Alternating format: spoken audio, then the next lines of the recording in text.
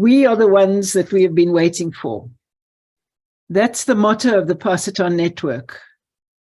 And it's perfect because at the Pass It On Network, we stand for self-advocacy and meaningful work, paid or unpaid, through the last breath, as expressed so succinctly by our co-founder, Jan Hively, who's right here with us today. Welcome, Jan. So often people ask us, what is the it in the Pass It On Network? And this is exactly what we have been exploring with you over the last few months. While the explorations have clearly shown the road ahead, advocacy for self and others, the it remains undefinable and elusive. But why? We think it's simply because you, me, and all others attracted to the Pass It On Network are the it. The it is our individual special essence, our unique gift that we have to offer the world, our contribution, our legacy. Our vision is to light up that fire in each and every one we meet, because we all have a very critical role to play at this time in history. 2022 was and still is a pivotal period for the Pass It On Network. Here we stand tall, almost 10 years since Jan and I launched this movement in Paris. We stand here pondering what's next. But before we get there, let's quickly have a look at what's happened during this important year. We started with a celebration of Jan's 90th birthday, which also marked her formally becoming our emeritus co-founder and making thus space for her to attend to other aspects of her life.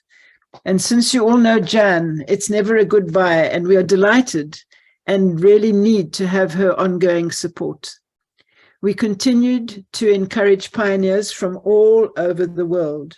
During the year, we were represented in the United Nations at the 12th Open-Ended Working Group on Aging by Margaret Young of Canada, Vijay Naidu of Mauritius, and Himanshu Rath from India. Bruce Frankel and I spoke out at the United Nations High-Level Forum on aging and the SDGs. Bruce did it in New York and I did it in Paris. We conducted regular dynamic forums with the Pass It On Network members of our Southern African network. We offered open house sessions for newcomers and held our breath as we learned more and more about the challenges facing older adults in areas of conflict, such as Ukraine and others. We were very proud when both Margaret Young and Vijay Naidu were elected to GAROP's steering committee, and Margaret is now the chairperson of that organization. All along, we also led monthly 50-50 conversations, diving deeper into issues and topics related to aging in the world. 10 such conversations involved assertions of identity, the right to work, or the right not to work, the intergenerational web of life, and most recently, the return of the organized radicals for change inspired by Maggie Kuhn's Grey Panthers.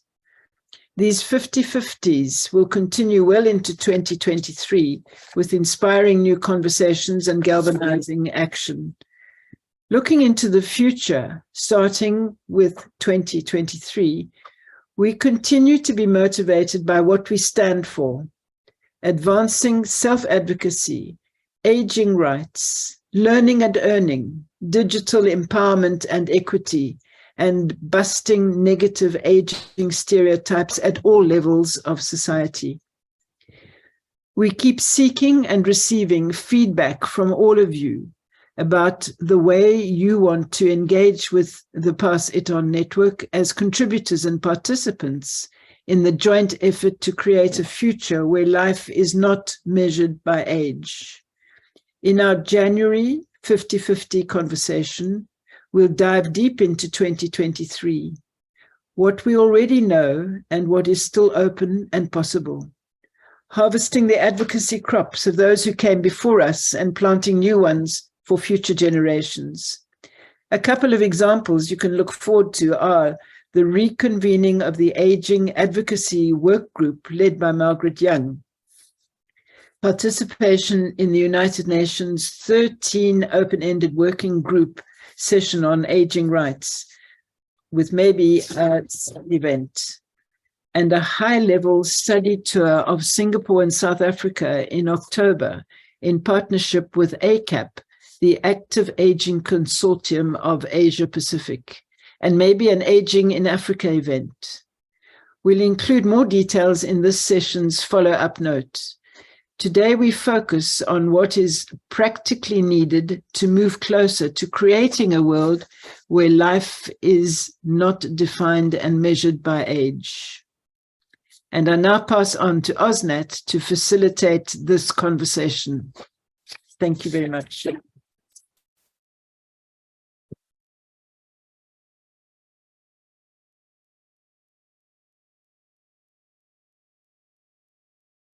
So we have not come this far only to come this far. Over the last 3 calls of the 50-50, we traversed for at least 50 years of advocacy for older adults. The challenges facing older adults are universal, and we have identified many of them. And as Moira reminded us, there is still much left to do. So I just wanted to cover a few things about advocacy. Some of us started the aging advocacy journey early in life, and some of us discovered it more or less as a sudden realization when we got around to that time of our own years. And some of us really want to start doing a lot more of this and not quite sure how. In the next, let's see, 45 minutes, we're going to use to come up with ways to help those who want to advocate get a solid start, and those who already are seasoned advocates, give them an opportunity to pass on what they know to the ones who want to start. And so this is what we're going to do. We're going to use chat a lot. We're going to go into some progressive breakout rooms, so you have an opportunity to speak about these things with one another. And then we're also going to come back as a group and share highlights and headlines of what was important. And yeah, so while I am going to set up the breakout rooms, I invite you to take 2 personal minutes and maybe take a note for yourself. Come up with three essential skills that an aging advocate must learn in order to foster awareness and change. So I'm going to put it in chat too. So hopefully you have something that you wrote down for yourself. And we're going to go to breakout rooms of pairs for 4 minutes. And what I invite you to do is to agree between you what are the 3 most important skills, because it might be the same, might be different, 3 most important skills that an advocate must have in order to foster awareness and change. So does everybody understand what we are going to do? Is that clear? So you're going to go with another person and agree on only 3 skills. So here we go. We'll be back in 4 minutes. And here we go. Not sure if this David is Beatrice or not. I don't know. Who are you, David? The one under David? Hello? Is it Beatrice? No, it's David. No, it's David. Okay, David. Beatrice has your name as well. I don't know how that happened, but still. Okay. So David, stay with us. What kind of David's a very good advocate. Okay. David, what three skills do you think an advocate must learn? In terms of what, I'm just joining in again. Okay, so the question is, we're trying to help people who want to start advocating, and we asked the group, what are 3 skills an advocate must learn in order to be a good advocate? So Communication. what would you think? Communication. Okay, what else? Am I to say the 3? Yes, we yeah, can 3. discuss them. I didn't know. Because you need a communication skill to be able to advocate. Okay, and what else? What else?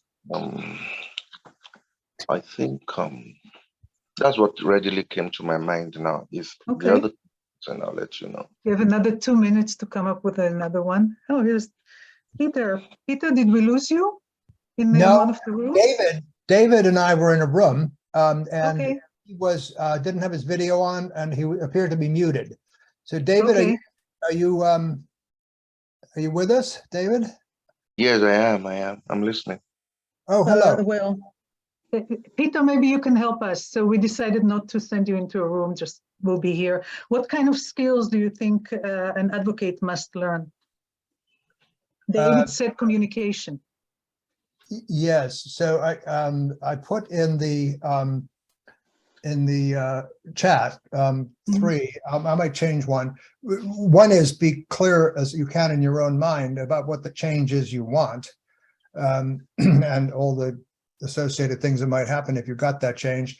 The second is to figure out how to do it with, and that's to say which groups would be effective to helping you accomplish that change. And in that, I would say communication skills with those people, so listening and so on.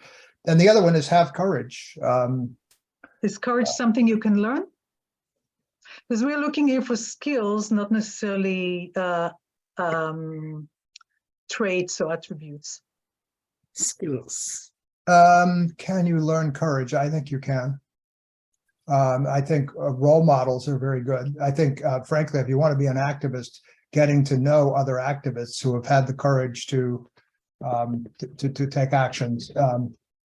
And like I said in my note, like learn how to be arrested. You have the courage to be arrested. Well, if you're going to be arrested, you need to know how to get arrested, for example. Okay, So how to get arrested. There are skills. That's a skill, right? How to get arrested. That's right. And what other skills? You know, things that come to my mind is learning how to start a petition. Another one is learning how to use social media. These are skills that you can learn rather than things that come internal things that maybe depend more on Yes, that's a skill. I think I agree with you. So what would you toss into that? Well, like you said, I think digital literacy is another skill that you need to learn. All right, everybody's coming back. Wow. Okay. Was that a skillful conversation? Yeah, we had a good one. Now we are going to let's see. No, we don't want to do that. Now we're going to do something really sneaky. You're going to stay in your pairs, but you're going to join another pair and do the same thing. Agree with the other pair. What are the 3 skills you need? So I'm going to take a minute here while I do this complicated repairing. Repairing. Yeah. Okay, this is 3. I don't play favorites here, so it's just going to be down the list here. However they show up. Let's say number 5. Move to number 5. This is really tricky. When you do it in person, then you just tell people, hey, go find the other two people. But on Zoom, it's less evident. Move to number 9. But you know what? Because, let's see. 1, 2, 3, 4, 5. Yes, yes, yes. Okay. So, because we have more people, we are going to spend 7 minutes there.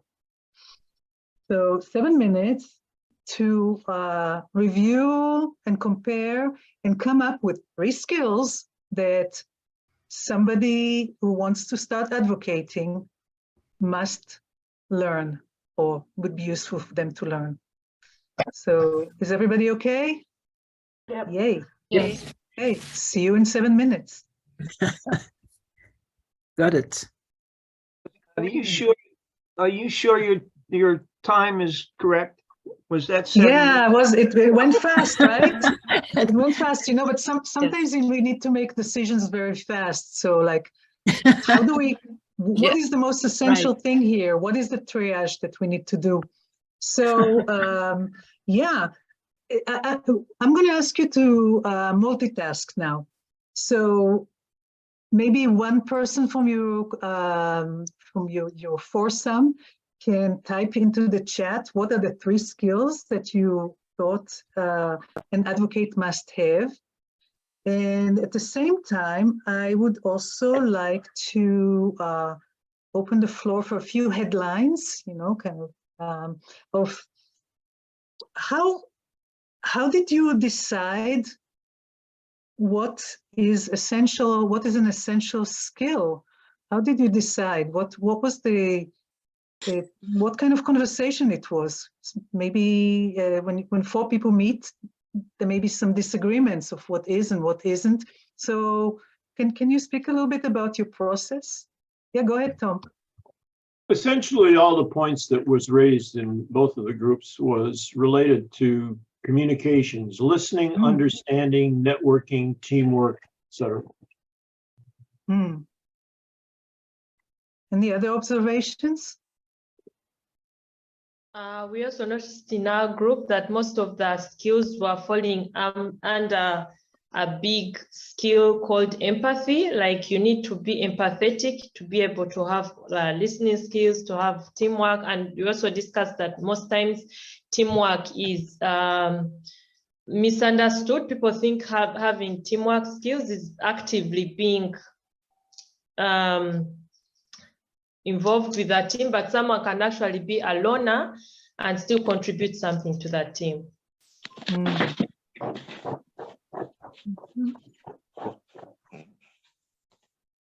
So,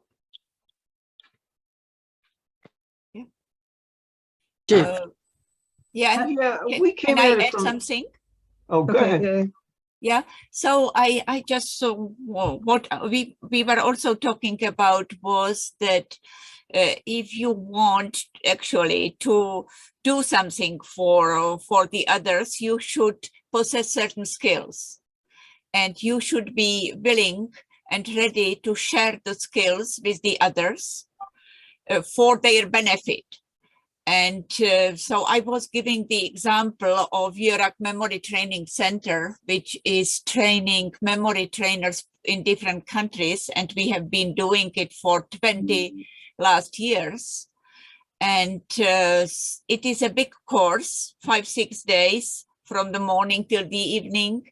And it is not, you know, it is important not to do it for money because you want to earn some money. It is important that you want to share your skills and your know-how.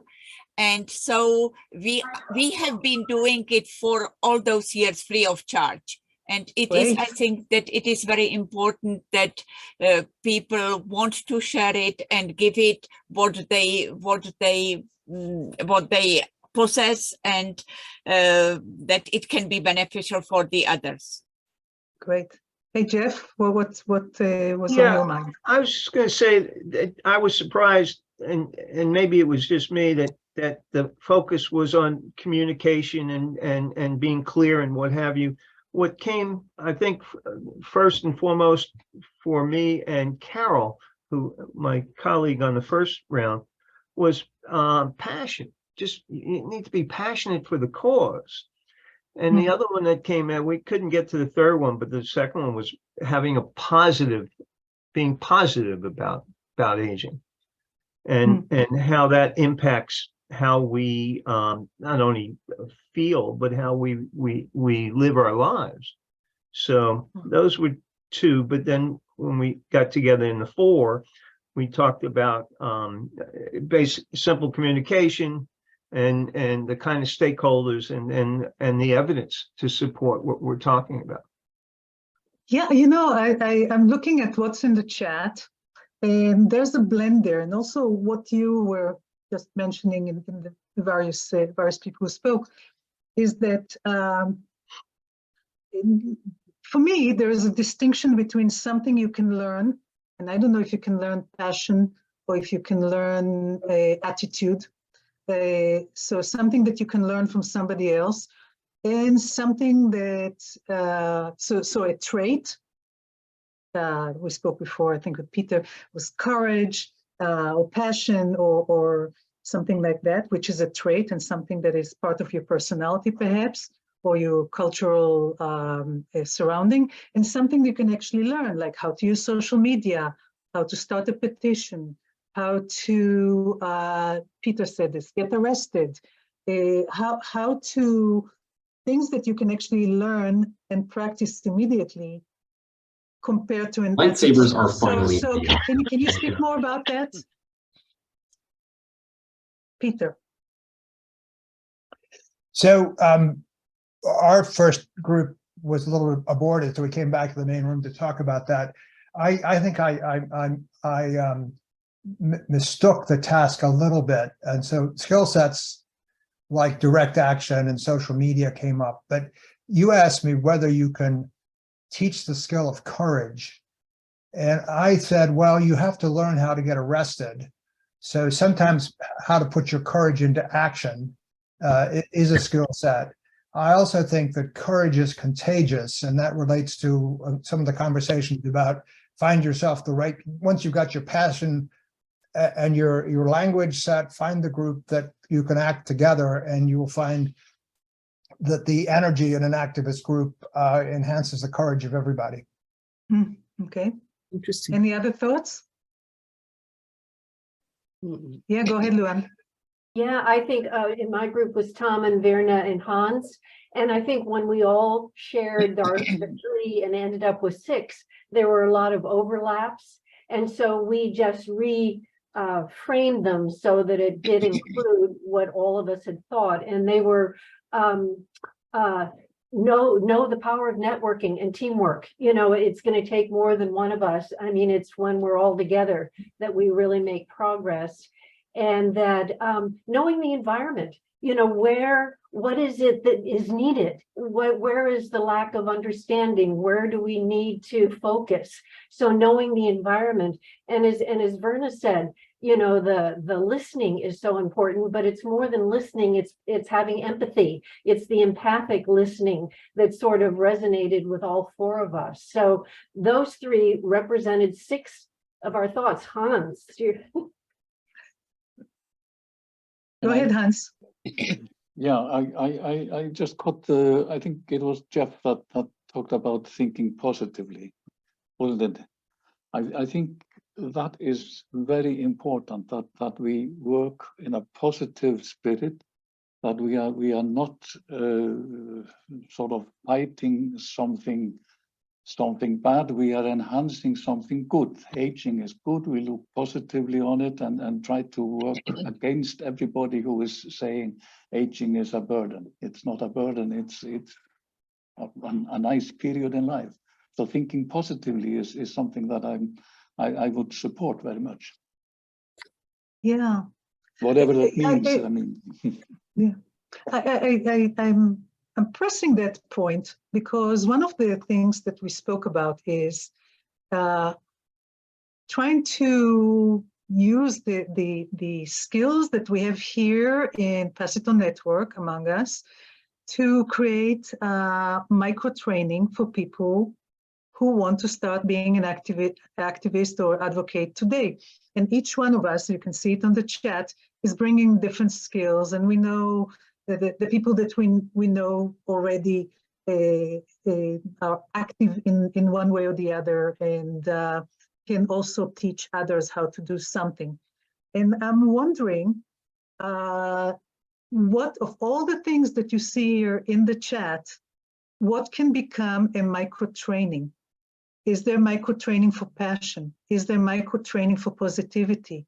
Is there micro training for making a video? I'm just contrasting these things because on a practical term, we need to do something that can be translated to practical terms. I would really agree with you. I think there are different skill sets, and certainly passion, enthusiasm, positivity is important, but it is a different type of, I wouldn't even call it a skill. It's an emotional state rather than a skill, and you can certainly learn how to adopt other emotional states. I put a link in there on the Reframing Aging initiative, and I think everybody should really take a look at it, because I think one of the things that's important if you really want to advocate is to all be sort of on the same page, using the same language, but also not just using the same language, but helping others to understand what about ageist language is wrong. Why don't you use this? This is what we're going, giving them an alternative. This is what you say instead. This is what you do instead of, reverting to these very specific type of ageist languages. This is a group that's been around since 2019. They've done a lot of research. They actually have style guides. So if you're printing up material, or if you're going on and doing a PowerPoint about aging, there's some better ways to talk about it than others. And they've interviewed and done a lot of analysis about this. And that's all been done in this country. So I don't know how it plays in other countries, but that's the other, piece that I would say. Looking at the screen, we have people from all over the world.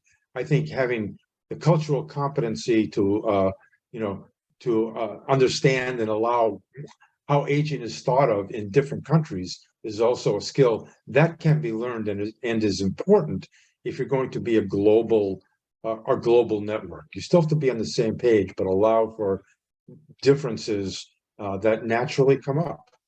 Right. Maleba, would you like to comment on that at all from South Africa? Thank you. I think I agree with the sentiment about ability to communicate, the skills that are transferable, that are tangible in order to be the advocate. Yes, the passion, you can have the passion, you can have the energy, but how it is packaged, and that would come out of the training that maybe is envisaged here, where people would be trained in the proper or the correct language and just packaging concerns, because there's a difference between making a case and lamenting.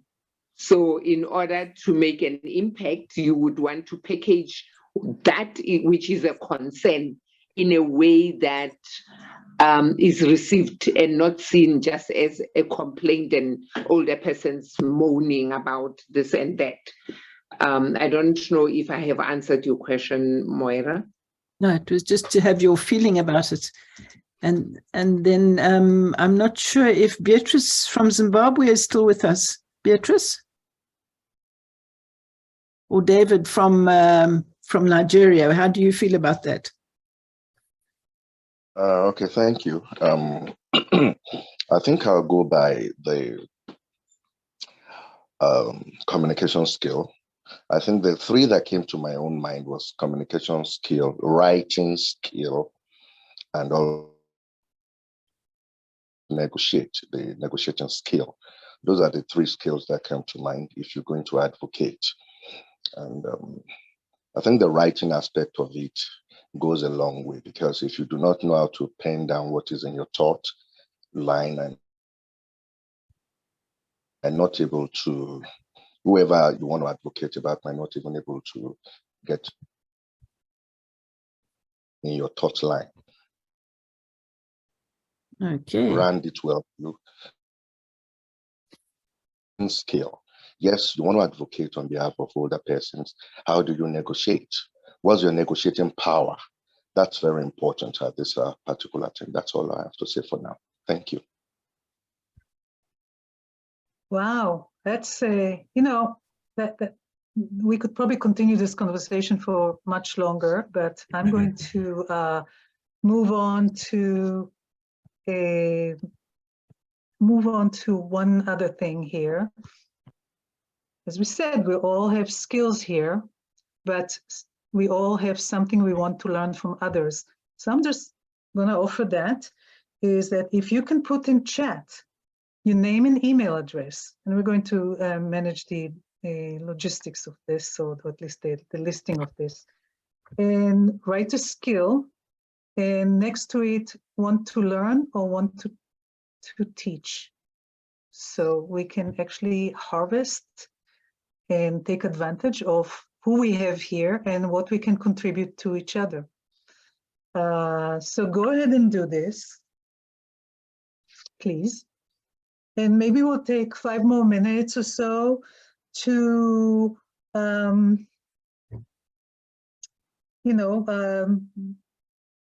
try to summarize what kind of important ideas or insights that came up for you in this conversation that we just had, and the conversation that you had with others.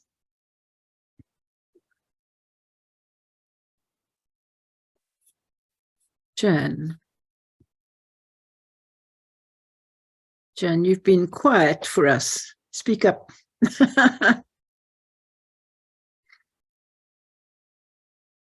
Can you unmute yourself? There we go.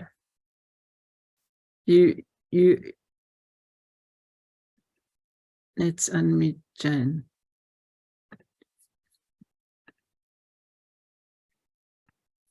You muted, Jan, unfortunately, so we can't hear you. There you go.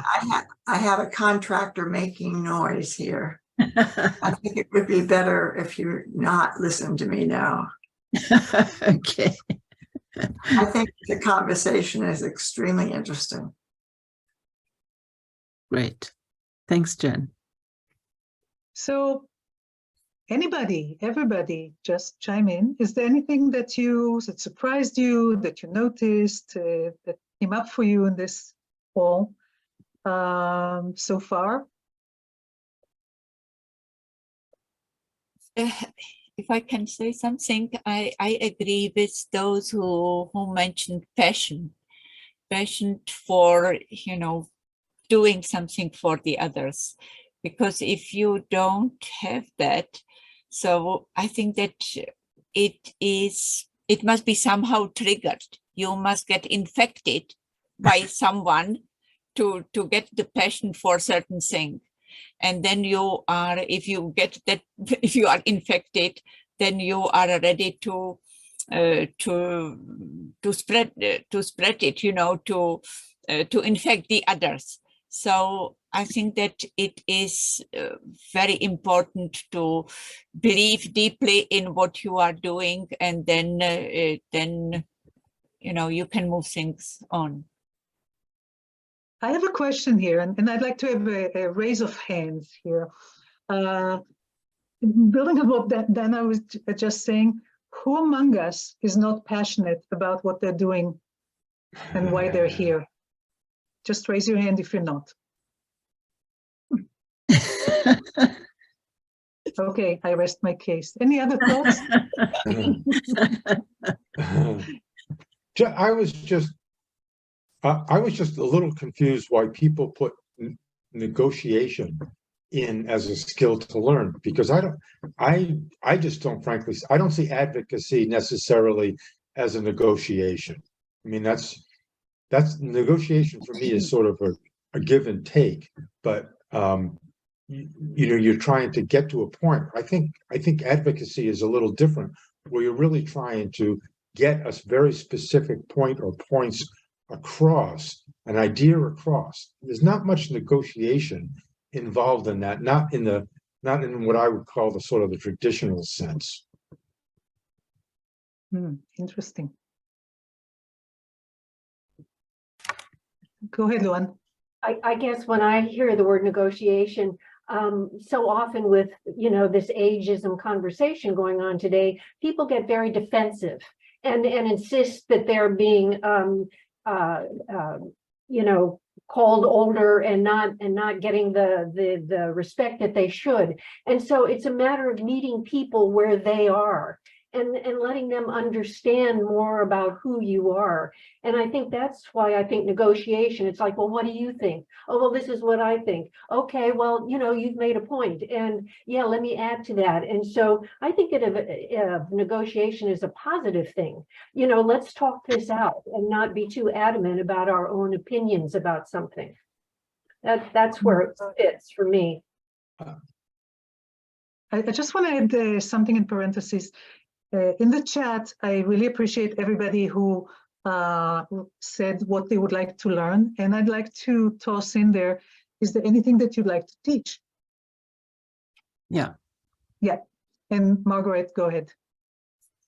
Oh, I was just going to comment that when I read the word negotiation, it leads me to think about activism versus advocacy, right? Because to Douglas' point, advocacy is getting the point across that there's an issue, somebody needs to listen to it, and we get the message across to the party who can do something about it.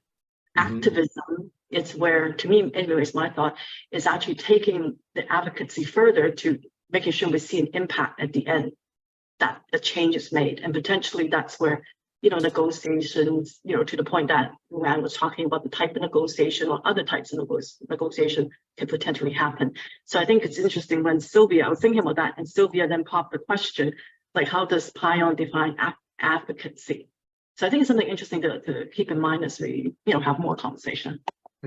So I can just butt in, if if we talk about activism, then we'll need Peter to show us to teach us how to get arrested. But excellent. Excellent. There's no negotiation there. No, it's not. Yeah. Well, Sylvia, how do you define advocacy?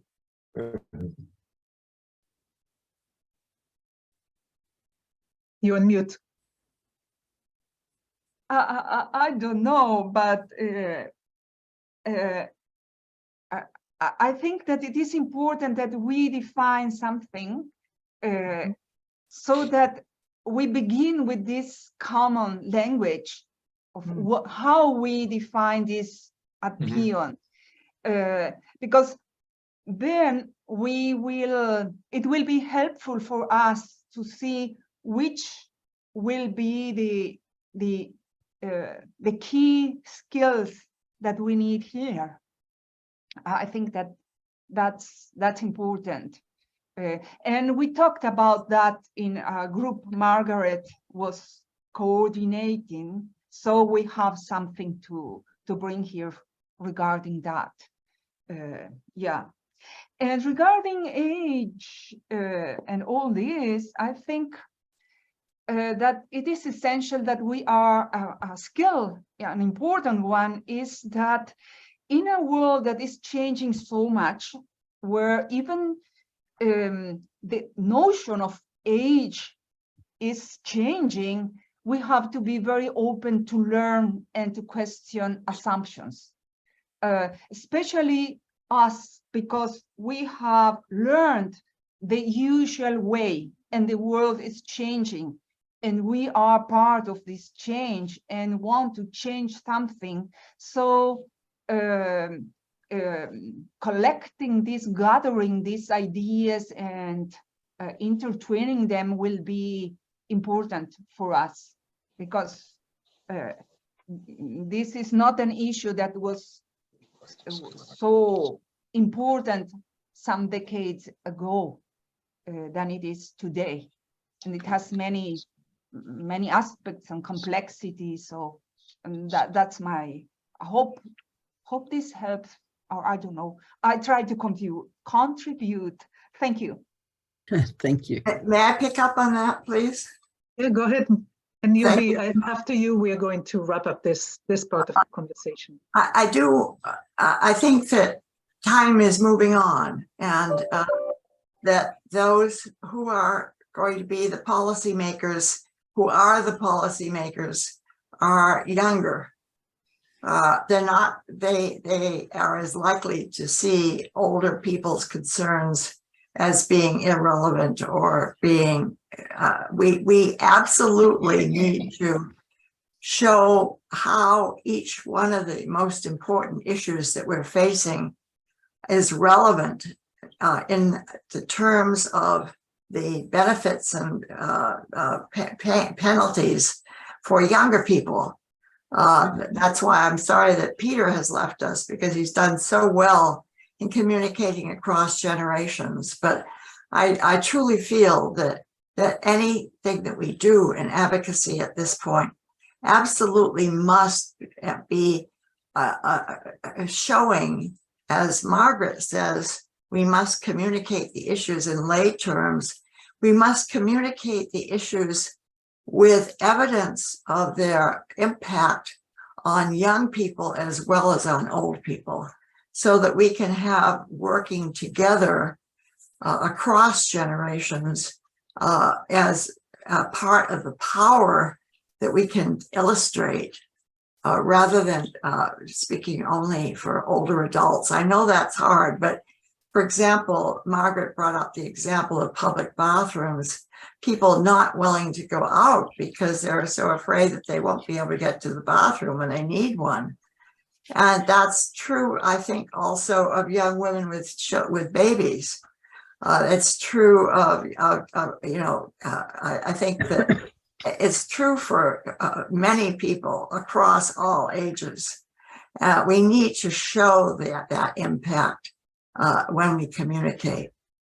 Thank you. Thank you, Jen. Verna, you are the last one, and Jeff right after her, and then we're going to move on to the next. So headlines, please, only. Yes, I just wanted to build on to what Jan was saying, and the similarities between the young and the old. There's so many. We're marginalized in many ways. We're dismissed in similar ways. So I think if we find that common ground, we can work very closely together. Thank you. Jeff, 120 words. Yes. I'm working on something, and Asna gave me 120 words to say what it is. So I'm going to tell you right now. How can we change global discrimination against quote unquote old people? By giving voice to the voiceless. Beginning in January, I will be launching a grassroots campaign aimed at changing perceptions about aging. It's called Senior Moments. The campaign showcases humor, insights, talents, and ideas of anyone aged 60 and above in an annual contest that awards cash to winners for the most views. We are building the world's largest online library of videos dedicated to the wisdom, experience, and insights that come with age. It's a movement that begins with the power of one and a message that can be spread by anyone on this call. I invite you to join me in this campaign and encourage you to contact me to learn how. And I think Osnat has the information on how to reach me. Great, thank you, Jeff. Oh. I'm just keeping an eye on the clock because we promised everybody that we'll finish 15 minutes after the hour. So aiming to do this, and there's still some stuff to do. We also said that we're going to have something festive, and if you've been waiting for it, here it is. I want to invite you to put in chat 1 to 3 words that reflect what you wish for positive aging in 2023. I'm going to take all these words and send you in the follow-up note that we'll have in a couple of days out. We'll send you a virtual t-shirt, and all these words are going to be on that t-shirt. So one size fits all, and you can print it out and put it on your wall. So put in chat 1 to 3 words that reflect what you wish for positive aging in 2023. And while you're doing that, don't worry about the order. I'm going to tell you about 4 other things that we promised we're going to announce. Well, the first one came as several people requested. If you remember, in last time we said, hey, who would you want to contact and speak with in between November call and today's call? So some of you have, and maybe some of you haven't. We created a spreadsheet, and I'm going to put a link to it in the chat. And you can go on the spreadsheet and put your contact name and the topic you're interested in. And I invite all of you to come and revisit that spreadsheet often and see if there are other people who are interested in the same thing that you are, and that you can contact them directly because the details are going to be there. So it's like a for you, by you, and I'm going to put the link in the chat in a minute and also in the follow-up notes. The second thing is that we mentioned before that we are reigniting the Passiton Network work group on aging advocacy, and Margaret agreed to lead it again. And we're going to put more details in the follow-up notes and maybe spend a few minutes after the formal close of this call for Margaret to explain a little bit more about it. Some of you already been part of it. You're invited to rejoin, and maybe some of you want to start anew. So I'm going to put Margaret's contact name in the chat as well. Also, something not to be missed is an online film festival called the Legacy Festival Lessons in Positive Aging, and it's coming in January, and I'm going to put in chat the details of how to get there. Lastly, Jeff already introduced his program, and he put his contact name there, and I'm going to just do it again. And all of this is also going to be in the follow-up note that we have. So that was in a speedy way what the public announcement, public service announcements that we had. If you have many words to say about 2023, just put them in chat. And I'm going to leave this to Moira to close formally the call, and then we're going to stay for another 10 minutes. Okay. Thank you, Osnat, and thank you to everybody for your contributions. It's been always great fun to listen to all these contributions. I think that's the best part. I really want to underline the fact that we're going to have a survey in the chat, and we'd like you to fill that in, because as I said at the beginning of the meeting, this is really important for us, so that we discuss things that you want to hear and that we don't sort of go off on a tangent that doesn't interest you. But the more we hear from you, the better it is. That really is very important. The recording will be available on our YouTube channel, and we're going to leave this session open. What's it, Sylvia? Sylvia is obviously having a big giggle there. What's going on? Excuse me, I just read what Hans wrote and it made me laugh. Well, share with us. Come on. Share it. Never too old for doing stupid things. And I was just going for the opposite. Wonderful. Thank you.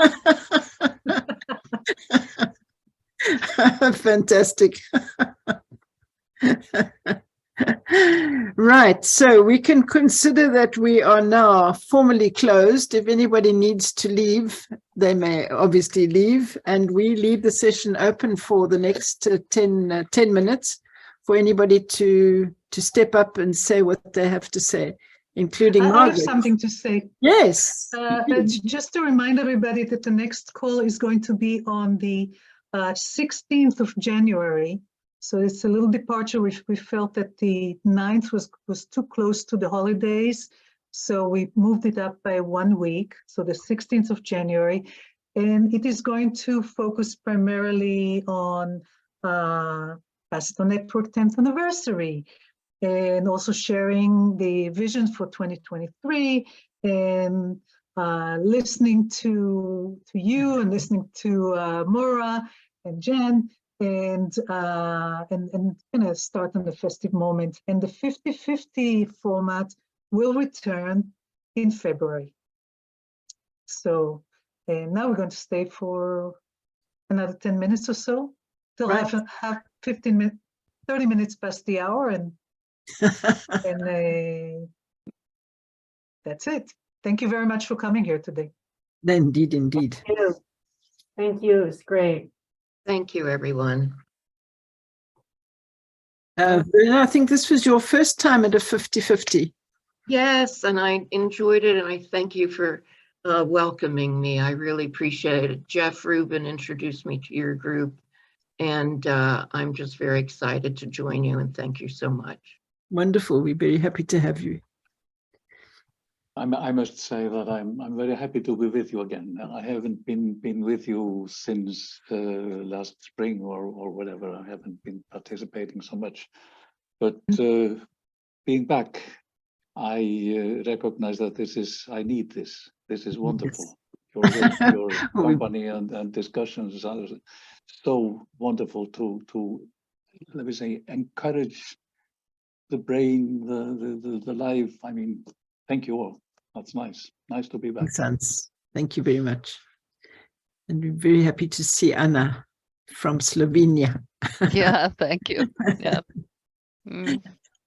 Right. Margaret, we promised you that this would be a good soapbox to speak more about the aging advocacy reconvening, that we haven't met together in like 2 years.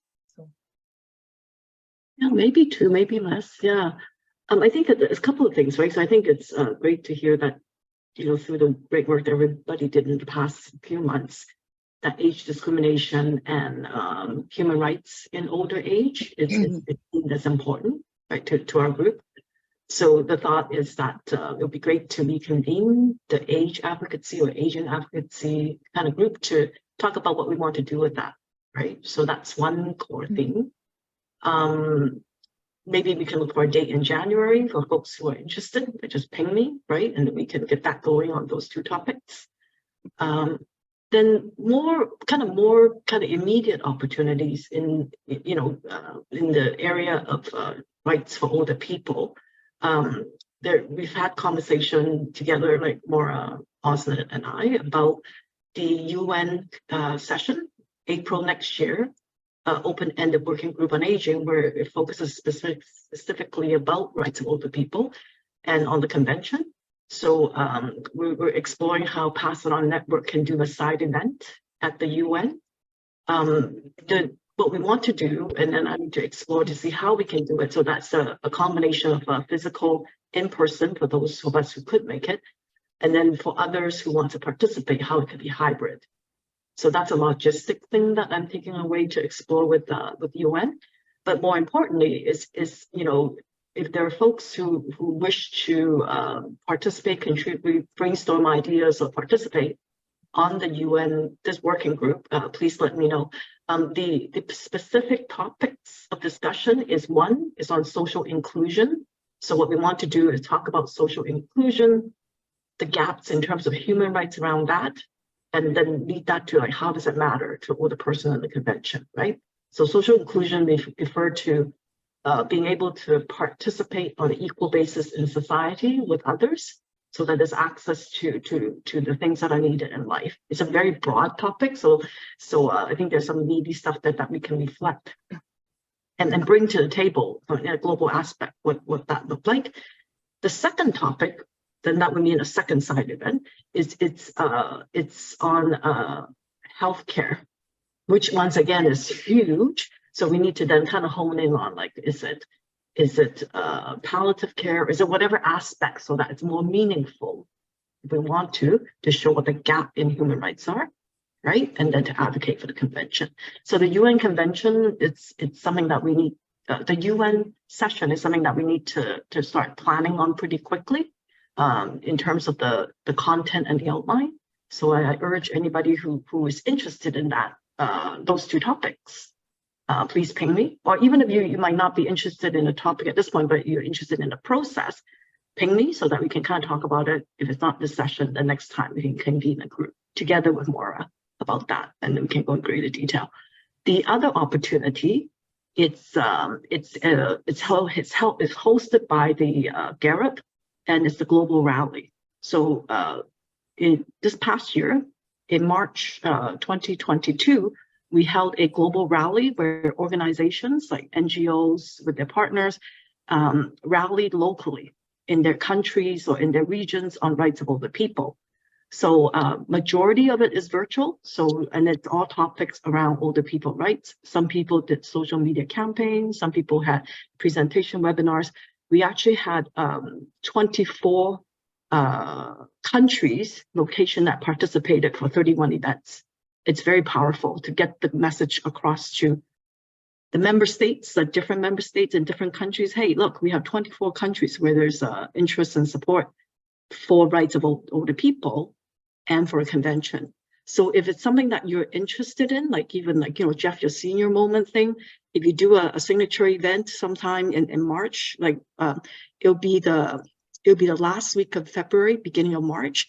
If you just do that event, like pick the date and then align it, then we can profile it. Like this particular event for the rally is open to members and non-members, right? Whereas for UN, we need to be accredited, which thankfully Moira and Jan got accredited. But the global rally is meant for everybody who wants to speak about rights of older people, specifically, and a convention for those rights. So once again, that's an opportunity, and it could be easy to do, to add into the things that you're doing today, which a lot of people, that's what they did back earlier this year. They added into one of the steps of things that they do, right? So like Dana, you know, all your work around caregivers is not really recognized, right? So when we think about a convention, not only do we have to talk about the rights of older people, it's kind of like the caregiving that happens, and what about caregiver, I would think, in terms of rights around that, what needs to be there more. So like those type of thinking, like it's just so rich within Pass It On Network in terms of our different experiences and our geographies, that I think for the global rally is much also like as an opportunity for that, and it's can take more form. So what you advocate for, as long as it's aligned to rights of older people and for the convention. So sorry, I spoke a lot. There's a lot of content. I don't know if it's resonating or if I have more questions, but yeah. Yeah, Margaret, when is the global rally? I have to, let me see. Approximately. Yeah, it's approximately the last week of February. The week that overlaps February and March. And, it's not official. And is there a deadline to pair topics with it? Like if Jeff already has something, does he need to submit it to somebody, or does he need it? What is the process to do it? So Garrett will be launching the package sometimes this week or next week on that. And I think I think for us, you know, ethically, it needs to, you know, be aligned to rights of, like, ethically, the topic needs to be ethical, right? And then secondly, it needs to be aligned to rights of older people and the convention. Then I think those are the core things that we're hoping that people will rally and support. So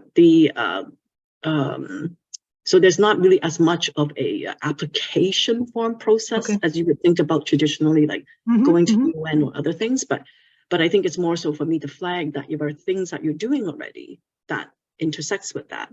Think about, you know, that event around that time, so that it's a win for you and a win for the global movement. Because when I think about is there a link you could share with us on this? I think we are still finalizing all the stuff at Garrett, so it should be this week or early next week that'll come out in terms of more details. What I can share maybe right now is I'll grab the link of what on the global rally that happened last year, and we publicize all the different types of events. So you can get a sense and a feel of the diversity. Yeah, that would be great. And we can include it in the follow-up note. Yeah. So just to... just a question, Margaret, does it have to be in that week, or for example, I've got something planned at the beginning of February? Can that be attached to it, or does it have to be in the week? Our preference is during that week, because we'll be doing a lot of social media, and we'll be kind of like tweeting the UN, because it's actually leading up, it's leading up to to the open-ended working group on aging in UN. So what we want to do is tweet and profile a lot with those stakeholder groups to kind of get the maximum impact. Yeah. Okay. And then I just have a practical question. Am I the only one around the screen that doesn't know exactly what it means to ping you? Oh, it means to just send me an email. Okay. I thought it was something on my WhatsApp. Don't throw anything at me. So ping means it's a ping, ding. I wanted, Margaret, may I ask? So if someone would like to join, I wanted to ask, is it like to give you the topic and to bring in people who will be talking about it from different aspects, or what is actually the form of it? Okay. So are we talking, Anna, about the global rally? Is that your question about the global rally, or is it about the open-ended? About the form, how it is run, actually, how it will, what do you expect from us? Okay, so for the global rally, it's actually yourselves organizing an event. So it's really like based on your passion, your activism, advocacy work. Like Jeff, he has things that's going on, so he would organize something on that week. We'll help promote it at Garrett, right? So that everybody within our 400 members across the world, and we'll tweet it, that kind of idea, right? So global rally, you organize the event. We might, yourselves or us, we might choose to partner amongst Pass It On Network members to create events, but really it's something that you need to kind of figure out the topic and so forth. The open-ended working group on aging, there's two things. So there's written submissions. So then if you're interested in a topic of health and social inclusion, then let us know, so that when Moira and us work on the paper that submits to UN, we would love to include the feedback. So that's the open-ended group, and then the feedback.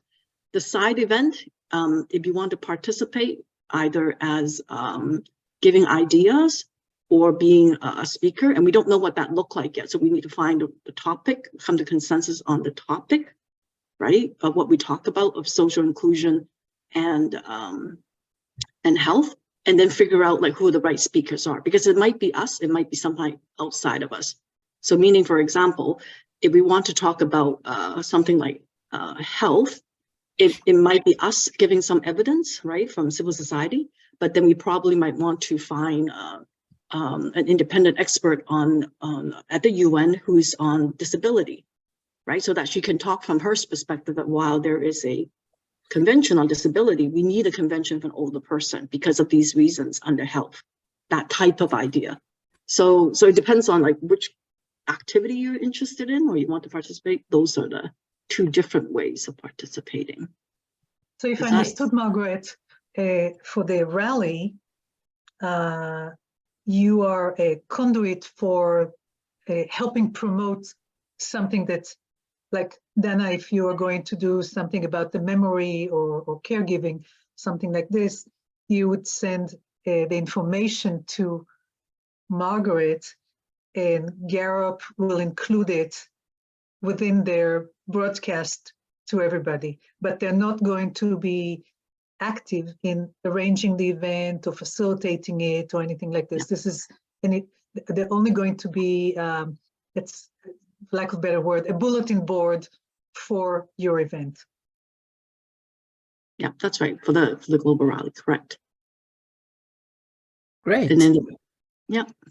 So I wanted to ask one more question. I am running so-called, we have been a partner for the Brain Awareness Week since 2005, and the National Week of Memory Training in the Czech Republic is a big, big event, and we are able to get these lectures during that week to, to even the smallest villages in our country, and to the hospitals and to the schools and libraries and residential homes. It's quite unique, and it would deserve to act as a good practice, example of good practice for other countries if they have, if they have experts in memory training in this respect. So I think that it could be a good contribution because there are not so many people in the world who are doing it. And it would be an inspiration to promote such things like cognitive training for the elderly in order to increase their self-confidence and self-esteem and independence and so on. Mm-hmm. Yeah. So I think for that, then I think it would be a good probably policy related material recommendation that can go into submission to the UN, right? Because because in the paper we can talk about the right to a more fulfilled free autonomy or participate, and memory is key part of health, right? Then we can use that as a policy example, which is very strong to do that in terms of advocacy. So going back to the evidence linking to the human rights. So I think that might be a great spot for that, as I kind of just listen and start to understand. Yeah. Mm-hmm. Sounds like it's a bigger conversation between the two of you. And Yeah. I just wanted to we have 4 more minutes before we close the conversation. Yeah. Does anybody else have anything to add that we didn't have a chance to get to?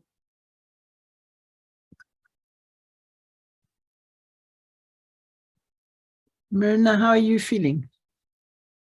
I'm stimulated. I mean, this was a great conversation. I'm just honored to be here. I thank you so much. Super, thank you. I feel the same way.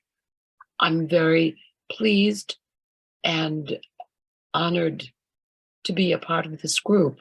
I found the conversation very stimulating and thought-provoking, and something that I will carry with me, many thoughts. So thank you all. It's been a pleasure to meet all of you and hear your views and opinions. Well, thank you all for coming, and we hope to see you next 50/50 on the 16th of January. Oh, yes. Yeah. Because it does all of us good to be together. It really does. Absolutely. And wherever season you have now in the world, may it be a very good season. Right. And we'll see you in January. In January. Good. Thank you so much. Ciao. Ciao. Ciao.